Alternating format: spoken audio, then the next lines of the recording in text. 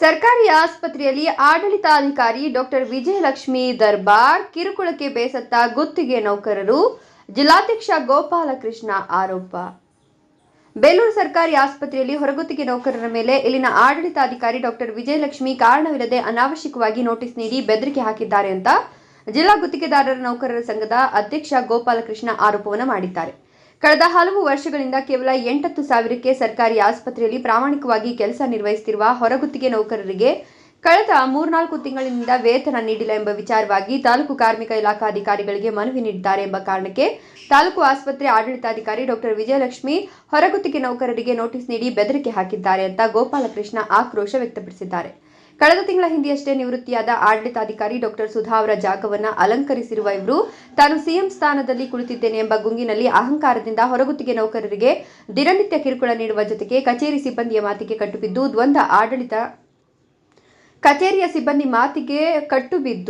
ದ್ವಂದ್ವ ಆಡಳಿತ ನಡೆಸುತ್ತಿದ್ದಾರೆ ಎಂದರು. ಒಂದೆಡೆ ಮೇಲ್ನೋಟಕ್ಕೆ ನೌಕರರನ್ನ ಕರೆದು ಮೀಟಿಂಗ್ ಮಾಡೋದು, ನಂತರ ಕೆಲವರನ್ನ ಗುರಿಯಾಗಿಸಿಕೊಂಡು ತಮ್ಮ ಕೆಳ ಹಂತದ ಪ್ರಥಮ ದರ್ಜೆ ಸಹಾಯಕರ ಮೂಲಕ ನೋಟಿಸ್ ನೀಡುವ ಕೆಲಸ ಮಾಡುತ್ತಿದ್ದಾರೆ.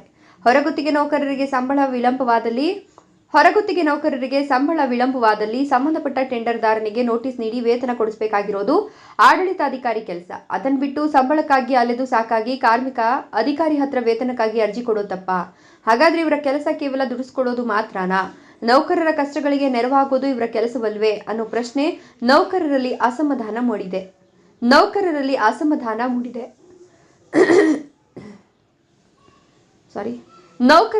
ಅಸಮಾಧಾನ ಮೂಡಿಸಿದೆ.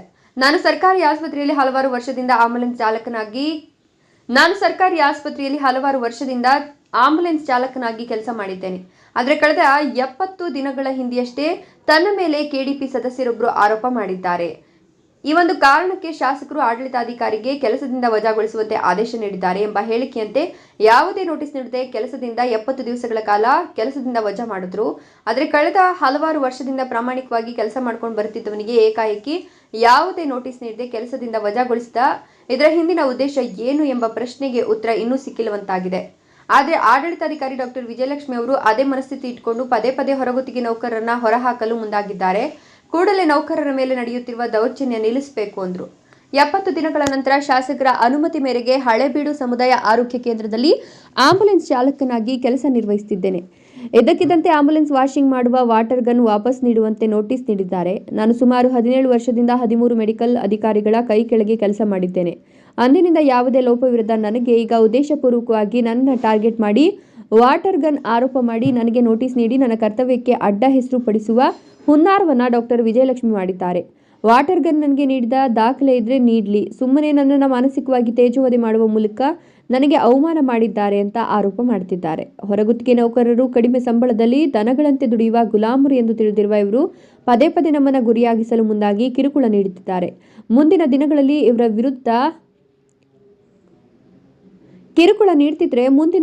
ಇವರ ವಿರುದ್ಧ ನೌಕರರ ಸಂಘ ಸಂಬಂಧಪಟ್ಟ ಇಲಾಖೆ ಸಚಿವರಿಗೆ ದೂರು ನೀಡಲಾಗುವುದು ಅಂತ ಎಚ್ಚರಿಕೆಯನ್ನು ನೀಡಿದರು. ಒಟ್ಟಾರೆ ಪ್ರಥಮ ದರ್ಜೆ ಸಹಾಯಕರನ್ನು ಮುಂದಿಟ್ಟುಕೊಂಡು ಅವರ ಮಾತಿಗೆ ಮಣೆ ಹಾಕಿ ಆಡಳಿತ ಮಾಡುವ ಬದಲು ತಮ್ಮ ಸ್ಥಾನಕ್ಕೆ ರಾಜೀನಾಮೆ ನೀಡೋದು ಒಳ್ಳೆಯ ಬೆಳವಣಿಗೆ. ಸರ್ಕಾರಿ ಆಸ್ಪತ್ರೆ ಆಡಳಿತಾಧಿಕಾರಿಯಾಗಿ ಆಸ್ಪತ್ರೆಯ ಮೂಲಭೂತ ಸಮಸ್ಯೆಗೆ ಹೆಚ್ಚು ಒತ್ತು ನೀಡಿ ಲಕ್ಷ ರೂಪಾಯಿ ಸಂಬಳ ಪಡೆಯುವವರ ಬಗ್ಗೆ ಗಮನ ನೀಡದೆ ಒಪ್ಪತ್ತಿನ ಊಟಕ್ಕಾಗಿ ದನಗಳಂತೆ ದುಡಿಯುವ ಹೊರಗುತ್ತಿಗೆ ನೌಕರರನ್ನ ಶೋಷಣೆ ಮಾಡುವ ಇವರಿಗೆ ಯಾವ ನೈತಿಕತೆ ಇದೆ ಅನ್ನೋದು ನಮ್ಮ ಕಳಕ. ಆಮೇಲೆ ARS ಇಂದ ಬೇರೆ ಬರೋಂತ ಅಮೌಂಟ್ ವಿಚಾರವಾಗಿ ಮಾತಾಡಕ್ ಹೋಗಿದ್ದೀನ? ಏನ್ ಈ ತರ ಎಲ್ಲ ಅಮೌಂಟ್ ಬಂದಿದೆ, ಏನಕ್ಕೆ ಬಳಸ್ತಾ ಇದ್ದೀನಿ ಅಂತ ಕೇಳಕ್ ಹೋಗಿದ್ದೀನ? ಇಲ್ಲಾಂದ್ರೆ ಹಚ್ಕೊಟ್ಟಿದ್ದೀನ? ಏನು ಇಲ್ಲ ಅಂದ್ಮೇಲೆ ಹೆಂಗ್ ಸರ್ ಇವ್ರು ಆರೋಪ ಮಾಡ್ತಾರೆ ಈ ಆಸ್ಪತ್ರೆಯಲ್ಲಿ? ಮೇಡಮ್ ದಯಮಾಡಿ ಹೇಳ್ತೀನಿ ಕೇಳಿ, ಯಾರ ಮಾತನ್ನು ಕೇಳಕ್ ಹೋಗ್ಬೇಡಿ. ನಾನು ಹೇಳೋದಷ್ಟೇ, ಯಾರ ಮಾತನ್ನು ಕೇಳಬೇಡಿ. ನೌಕರರು ನಿಮ್ಮ ನೌಕರರು, ಅವಾಗ ನಾವೇನ್ ಕೆಲಸ ಮಾಡ್ತೀವಿ ಆ ಹೆಸರು ನಿಮ್ಗೆ ಬರೋದು, ಆಯ್ತಾ? ಏನಾದ್ರು ಸಮಸ್ಯೆಗಳಿದ್ದಾಗ ನೌಕರು ನೇರವಾಗಿ ಕರೆದು ಮಾತಾಡಿ. ಯಾರೋ ಏನು ಹಚ್ಕೊಡ್ತಾರೆ, ಯಾರೋ ಹೇಳ್ತಾರೆ ಅಂತ ಲೆಟರ್ ಎಲ್ಲ ಬಿಟ್ಬಿಡಿ. ಯಾಕೆಂದ್ರೆ ನಾನು ಈ ಆಸ್ಪತ್ರೆ ಸಂಪೂರ್ಣ ಚಿತ್ರ ಗೊತ್ತು, ನನಗೆ ಆಸ್ಪತ್ರೆ ವಿಚಾರ ಸಂಪೂರ್ಣ ವಿಚಾರ ಗೊತ್ತು, ನನಗೆ ಗೊತ್ತಿಲ್ಲದ ಯಾವ್ದು ಇಲ್ಲ. ನಾವು ಈ ಆಸ್ಪತ್ರೆ ಈಗ ನನ್ನ ಜೊತೆ 17 ವರ್ಷ ಕೆಲಸ ಮಾಡಿರೋ ಸಿಸ್ಟರ್ಗಳು ಮಾತ್ರ ಇದ್ದಾರೆ, ನಿಮ್ ಕ್ಲಾರಿಕಲ್ ಸ್ಟಾಫ್ ಯಾರು ಇಲ್ಲ. ಸಂಬಳ ಆಗಿಲ್ಲ ಅಂತ ಲೆಟರ್ ಮುಖಾಂತರ ಕೊಡಕ್ ಬೈತಾರೆ. ಅವರು ಸ್ವೀಕಾರ ಮಾಡ್ಕೊಂಡಿಲ್ಲ, ಸತ್ಯ, ಇದು ವಾಸ್ತವತೆ. ಸ್ವೀಕಾರ ಮಾಡ್ಕೊಳ್ದೇ ಇದ್ದಾಗ ಅದಾದ ಮೇಲೆ ಇವರು ಎಲ್ಲಿಗೆ ಹೋಗ್ಬೇಕು? ನಾನು ನಿಮಗೆ ಕೇಳ್ತೀನಿ, ಎಲ್ಲಿಗೆ ಹೋಗ್ಬೇಕು?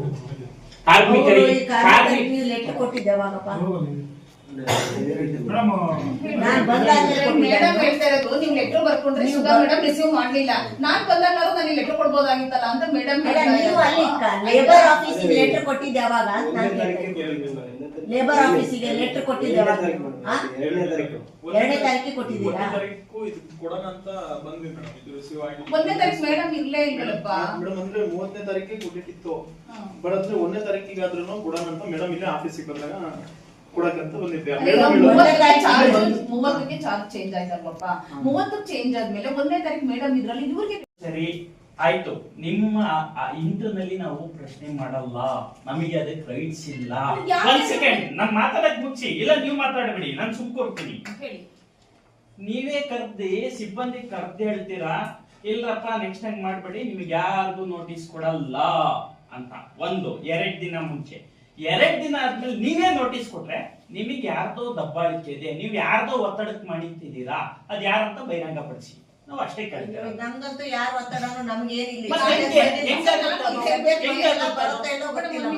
ನಾನು ಹೇಳ್ಬಿಡ್ತೀನಿ ಸರ್, ಆಯ್ತು ಈಗ ಯಾವ್ದೋ ಒಂದು ಕೆಲಸದಲ್ಲಿ ಒಂದು ನ್ಯೂನ್ಯತೆ ಇರುತ್ತೆ ಅಂತ ಅನ್ಕೊಳ್ಳಿ. ಹಾಗಾದ್ರೆ ನ್ಯೂನ್ಯತೆಗೂ ಮೆಮೊ ಕೊಟ್ರೆ ಮತ್ತೆ ನಿಮ್ಮ ಹತ್ರನೇ ಬರ್ತಾರೆ, ಸರ್ ಈಗ ಮೆಮೊ ಕೊಟ್ಟಿದ್ದಾರೆ ಅಂತ. ಆಗ್ಲೂ ಹಾಗಾದ್ರೆ ಅದನ್ನು ಊಟ ಯಾವುದು ಗಲೀಜ್ ಯಾವುದು ಅಂತ ವ್ಯತ್ಯಾಸ ಗೊತ್ತಾಗಲ್ವಾ ಮೇಡಮ್?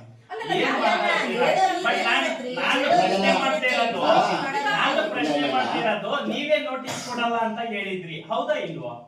ನೀವೇ 2 ದಿನ ನೋಟಿಸ್ ಕೊಟ್ರಿ, ಹೌದಾ ಇಲ್ವಾ? ಇದನ್ನ ಪ್ರಶ್ನೆ ಮಾಡ್ಬೇಕೋ ಬೇಡ? ಸರಿ, ನಾನು ನಂದು ಒಂದು ಡೈರೆಕ್ಟ್ ಹೋಗಿರೋದು ತಪ್ಪು ಅಂತ ನೋಟಿಸ್ ಕೊಟ್ಟಿರೋದು ಅಷ್ಟೇ. ಅದು ನನ್ನ ಗಮನಕ್ಕೆ ಬಂದು, ಯಾಕಂದ್ರೆ ಇದು ನೋಟಿಸ್ ಬಂದಿದೆಯಲ್ಲ. ಒಂದೇ ನಿಮಿಷ, ನೀವು ನೋಟಿಸ್ ಕೊಡಲ್ಲ ಅಂದಿದ್ದು ಯಾವಾಗ? ನೋಟಿಸ್ ಕೊಡಲ್ಲ ಅಂದಿದ್ದು ಯಾವಾಗ? ನೀವು ಮೀಟಿಂಗ್ ಆದ್ಮೇಲೆ ಲೇಬರ್ ಆಫೀಸ್ ಕಂಪ್ಲೇಂಟ್ ಕೊಟ್ಟಿದ್ದ? ಏನ್ ಮೇಡಮ್, ಎರಡು ನೀವೇ ಹೇಳ್ತೀರಾ, ಸರಿನೂ ಅಂತೀರಾ ತಪ್ಪು ಅಂತೀರಾ, ನಾವ್ಯಾವ್ದು ಒಪ್ಕೋಬೇಕು? ಈಗ ಏನ್ ಗೊತ್ತಾ, ಇವರು ನಮ್ಮ ಹಾಸನ ಜಿಲ್ಲೆಯಲ್ಲಿ ಕಾರ್ಮಿಕ ಸೇವಾ ಸಂಘ ಅಂತ ಹೇಳಿ ಏನು ಸ್ಥಾಪನೆ ಆಗ್ತಾ ಇದೆ. ಅದಕ್ಕೆ ಸಂಬಂಧಪಟ್ಟಂಗೆ ನಾನು ಪ್ರವರ್ತಕನಾಗಿ ಬೇಲೂರು ತಾಲೂಕಲ್ಲಿ ನನಗೆ ಆ ಜವಾಬ್ದಾರಿನ ಕೊಟ್ಟಿದ್ದಾರೆ. ಈಗ ಏನಾಗಿದೆ ಅಂತಂದ್ರೆ, ಈ ಹೊರಗುತ್ತಿಗೆಯಲ್ಲಿ ನಾವು ಕೆಲಸ ಮಾಡುವಂತ ನೌಕರರಿಗೆ ಪ್ರತಿದಿನ ಶೋಷಣೆಗಳು ಶುರುವಾಗಿದೆ. ಕಾರಣ ಇಷ್ಟನೇ, ಈ ಹಿಂದೆ ನನ್ನ ಮೇಲೂ ಯಾರೋ ಇಲ್ಲಿಸಲ್ಲದ ಆರೋಪಗಳನ್ನು ಮಾಡಿದಾಗ ಉದ್ದೇಶಪೂರ್ವಕವಾಗಿ ನನ್ನನ್ನು ಕೆಲಸದಿಂದ ಹೊರಗೆ ತೆಗೆದು 70 ದಿನ ನನ್ನ ಕೆಲಸದಿಂದ ಹೊರಗಡೆ ಇದ್ದೆ. ತದನಂತರ ಶಾಸಕರು ಆಯ್ತಪ್ಪ ನಿಂದೇನು ತಪ್ಪಿಲ್ಲ ಅಂತ ಗೊತ್ತಾಗಿದೆ, ನಿನ್ನ ಕೆಲಸ ಮುಂದುವರಿಸಿಕೊಂಡು ಹೋಗುವಂತ ಅವಕಾಶ ಮಾಡಿಕೊಟ್ರು. ನಂತರ ನಾನು ಬೇಲೂರು ಸಾರ್ವಜನಿಕ ಆಸ್ಪತ್ರೆ ಏನಿದೆ ಇಲ್ಲಿ ಕೆಲಸ ಮಾಡಬೇಕಾಗಿತ್ತು, ಈಗ ಹಳೆಬೀಡಿನಲ್ಲಿ ಮಾಡ್ತಾ ಇದ್ದೀನಿ. ನಾನು ಜನನಿ ಸುರಕ್ಷಾ ವಾಹಿನಿ ಆಂಬುಲೆನ್ಸ್ ಚಾಲಕನ ಕರ್ತವ್ಯ ನಿರ್ವಹಣೆ ಮಾಡ್ತಾ ಇರೋಂಥದ್ದು. ಇತ್ತೀಚಿನ ದಿನಗಳಲ್ಲಿ ಏನಾಗಿದೆ ಅಂತಂದ್ರೆ, ಈ ಸಾರ್ವಜನಿಕ ಆಸ್ಪತ್ರೆ ಬೇಲೂರು ಎಲ್ಲಾ ಕಡೆನೂ ನಡೀತಾ ಇರೋಂಥದ್ದು. ಆದ್ರೆ ನನ್ನ ಗಮನಕ್ಕೆ ಬಂದಿರೋ ವಿಚಾರ ಏನಂದ್ರೆ, ಸಾರ್ವಜನಿಕ ಆಸ್ಪತ್ರೆ ಬೇಲೂರಿನಲ್ಲಿ ಹೊರಗುತ್ತಿಗೆ ನೌಕರರು ಏನಿದ್ದಾರೆ ಅವರಿಗೆ ಒಂದು 4ರಿಂದ 5 ತಿಂಗಳ ಸ್ಯಾಲರಿ ಆಗಿರ್ಲಿಲ್ಲ. ಏನ್ ವೇತನಕ್ಕೆ ಸಂಬಂಧಪಟ್ಟಂತೆ ಸ್ಯಾಲರಿ ಆಗಿಲ್ಲ ಅನ್ನೋ ವಿಚಾರಗಳು ನನ್ನ ಗಮನಕ್ಕೆ ಬಂತು. ಯಾವ ಕಾರಣಕ್ಕೆ ಗಮನಕ್ಕೆ ಬಂತು ಅಂತ ಅಂದ್ರೆ, ಈ ಕಾರ್ಮಿಕ ಸೇವಾ ಸಂಘ ಅಂತ ಏನಿದೆ, ಆ ಕಾರ್ಮಿಕ ಸೇವಾ ಸಂಘದ ವಿಚಾರವಾಗಿ 1550 ರೂಪಾಯಿ ಶೇರ್ ಅಮೌಂಟ್ ಕಲೆಕ್ಟ್ ಮಾಡಕ್ಕಂತ ಹೇಳಿ ನಾನು ಆಸ್ಪತ್ರೆಗೆ ಹೋದಾಗ ಅಲ್ಲಿ ನೌಕರರ ಹತ್ರ ಅವ್ರನ್ನ ನೋವನ್ನು ಹಂಚ್ಕೊಂಡ್ರು. ಯಾವ ರೀತಿ ಅಂತ ಹೇಳಿದ್ರೆ, ನಮ್ಗೆ 3ರಿಂದ 4 ತಿಂಗಳ ಸ್ಯಾಲರಿ ಆಗಿಲ್ಲ, ಆ ಕಾರಣಕ್ಕೋಸ್ಕರ ನಿಮ್ಗೆ 1550 ರೂಪಾಯಿ ಏನಿದೆ ಶೇರ್ ಅಮೌಂಟ್ ಅದನ್ನ ಕಟ್ಟಕ್ಕೆ ನಮ್ಗೆ ಆಗ್ತಾ ಇಲ್ಲ ಅಂತ ಹೇಳಿ ಕೆಲವೊಂದು ವಿಚಾರಗಳು ನನ್ನ ಹತ್ರ ಹಂಚ್ಕೊಂಡ್ರು. ತದನಂತರ ನಾನೇನ್ ಮಾಡಿದೆ, ಜಿಲ್ಲಾ ಕಾರ್ಮಿಕ ಅಧಿಕಾರಿ ಅವರ ಹತ್ರ ಈ ವಿಚಾರನ ಪ್ರಸ್ತಾಪ ಮಾಡಿದೆ. ನೋಡಿ ಮೇಡಮ್, ನೀವೇನ್ ಕೊಟ್ಟಿದ್ದೀರಿ ಬಿಲ್ ರಶೀದಿ ಬುಕ್ನ, ಆ ರಶೀದಿ ಬುಕ್ನ ಈ ನಮ್ಮ ಸಾರ್ವಜನಿಕ ಆಸ್ಪತ್ರೆ ಬೇಲೂರಿಗೆ ಬಂದಾಗ 1250 ರೂಪಾಯಿ ಅವ್ರ ಹತ್ರ ಕಟ್ಟಕ್ಕೆ ಅವ್ರಿಗೆ ಆಗ್ತಿಲ್ಲ. ಕಾರಣ ಇಷ್ಟನೇ, ಅವರಿಗೆ 4ರಿಂದ 5 ತಿಂಗಳು ಸ್ಯಾಲರಿ ಆಗಿಲ್ಲ ಅನ್ನಂತ ಅವ್ರ ಹತ್ರ ವಿಚಾರವನ್ನು ಹಂಚ್ಕೊಂಡಾಗ ಒಂದೇ ಮಾತು ಹೇಳಿದ್ರು, ನಿಮ್ಮ ನೌಕರರು ಏನಿದ್ದಾರೆ, ಹೊರಗುತ್ತಿಗೆ ನೌಕರರು ಏನಿದ್ದಾರೆ ಅವ್ರ ಹತ್ರ ಒಂದು ಲೆಟರ್ ಮಾಡಿಸಿ, ಕಾರ್ಮಿಕ ನಿರೀಕ್ಷಕರು ಏನು ಬರ್ತಾರೆ ಬೇಲೂರಿಗೆ, ಅವ್ರಿಗೊಂದು ಕಂಪ್ಲೇಂಟ್ ಲೆಟರ್ ಅಲ್ಲಿ ವಿಜಯಕುಮಾರ್ ಅಂತ ಕಾರ್ಮಿಕ ನಿರೀಕ್ಷಕರು ಬರ್ತಾರೆ ಸರ್, ಅವರಿಗೆ ಒಂದು ಕಂಪ್ಲೇಂಟ್ ಲೆಟರ್ ನ ಬರ್ಕೊಡಿ ಅಂತ ಹೇಳಿದ್ರು. ನಾನು ಕಂಪ್ಲೇಂಟ್ ಲೆಟರ್ ನಾನು 4ರಿಂದ 5 ತಿಂಗಳು ಅದೇ ಸಂಸ್ಥೆಯಲ್ಲಿ ಕೆಲಸ ಮಾಡುವಂತ ನೌಕರರಿಗೆ ಸ್ಯಾಲರಿ ಆಗಿದೆಯೋ ಇಲ್ಲೋ ಏನಂತ ಹೇಳಿ ಅವ್ರು ತಿಳ್ಕೋಬೇಕು. ಆದ್ರೆ ಈ ಹಿಂದೆ ಇದ್ದಂತ ಆಡಳಿತ ವೈದ್ಯಾಧಿಕಾರಿಗಳಿಗೆ ಇದೇ ನೌಕರರು ಪತ್ರ ಮುಖೇನ ದೂರನ್ನ ಕೊಡೋಕೆ ಹೋದಾಗ ಅಲ್ಲಿ ಸಂಬಂಧಪಟ್ಟಂತ ಆಡಳಿತಾಧಿಕಾರಿಗಳು ಹೇಳ್ತಾರೆ, ಇಲ್ಲಪ್ಪ ಈ ಪತ್ರದ ಮೂಲಕ ಏನು ವಿಚಾರಗಳು ಬೇಡ, ನಾನು ಅದು ಸರಿಪಡಿಸ್ಕೊಡ್ತೀನಿ ಬಿಡು ಅಂತ ಹೇಳಿ ಅವರನ್ನ ತದನಂತರ ನಿವೃತ್ತಿ ಹೊಂದ್ತಾರೆ. ನಿವೃತ್ತಿ ಹೊಂದಿದಾಗ ಮುಖ್ಯ ವೈದ್ಯಾಧಿಕಾರಿಗಳಿಗೆ ಬೇರೆ ಬಂದಂತ ವಿಜಯಲಕ್ಷ್ಮಿ ಅಂತ ಹೇಳಿ ಏನಿದ್ದಾರೆ ಮೆಡಿಕಲ್ ಆಫೀಸರ್, ಅವರು ಅವ್ರ ಗಮನಕ್ಕೆ ವಿಚಾರಗಳು ಬಂದ್ರು ಸಹ ಈ ನೌಕರರಿಗೆ ಸಂಬಳದ ವಿಚಾರದಲ್ಲಿ ವ್ಯತ್ಯಾಸ ಆಗಿರೋಂಥ ವಿಚಾರದಲ್ಲಿ ಯಾವುದೇ ರೀತಿಯಾಗ್ಲಿ ಇವರು ನೌಕರು ಪರವಾಗಿಲ್ಲದೆ ಅವ್ರಿಗೆ ನೋಟಿಸ್ ಜಾರಿ ಮಾಡಿರ್ತಾರೆ. ಈ ವಿಚಾರವಾಗಿ ನಿನ್ನೆ ಆಸ್ಪತ್ರೆ, ಸಾರ್ವಜನಿಕ ಆಸ್ಪತ್ರೆ ಬೇಲೂರಿಗೆ ಹೋಗಿರ್ತೀವಿ.